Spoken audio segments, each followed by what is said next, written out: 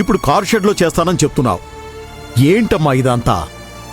అది కాదయ్యా, ఆ పూజ చేసినప్పుడు గోడకి పసుపు కుంకుమ పెట్టి 3 గీతలు గీయాలి, విస్తరి వేసి కర్పూరం వెలిగించాలి. అవన్నీ ఇక్కడ చేయగలమా? ఏంటమ్మా నువ్వు? నేనేదో వేరే లోకం నుంచి వచ్చినట్టు మాట్లాడుతున్నావు.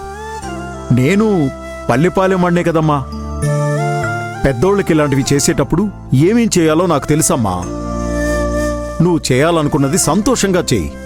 లేదయ్యా, గోడ పాడవుతుందని అమ్మగారు ఏమైనా అంటారేమోనని.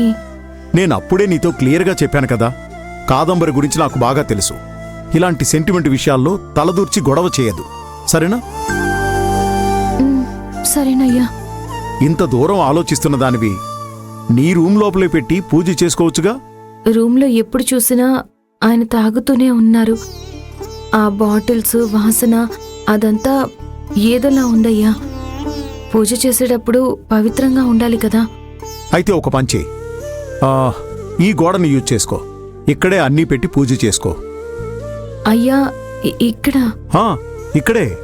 అది కాదు, ఇక్కడ అందరూ కూర్చునే చోటు కదా, అందుకే ఆలోచిస్తున్నాను. కూర్చునే ప్లేస్లో పూజే కదా చేస్తున్నావు, వేరే తప్పేం చేయడం లేదు కదా. వెళ్ళి పూజకు అన్నీ సిద్ధం చేసుకో అమ్మా. అలాగేనయ్యా. అమ్మా నీలవేణి,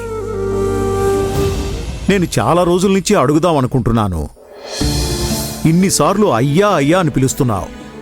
నేను మొదట్లో యజమానిని కాబట్టి అయ్యా అని పిలవటం అలవాటయ్యిందనుకుందాం. కానీ ఇప్పుడు నీకు యజమానిని కాదు కదా, ఇప్పుడు నువ్వు నా కోడలివమ్మా. కోడల్ని కాదయ్యా, కోడల్లాంటిదాన్ని.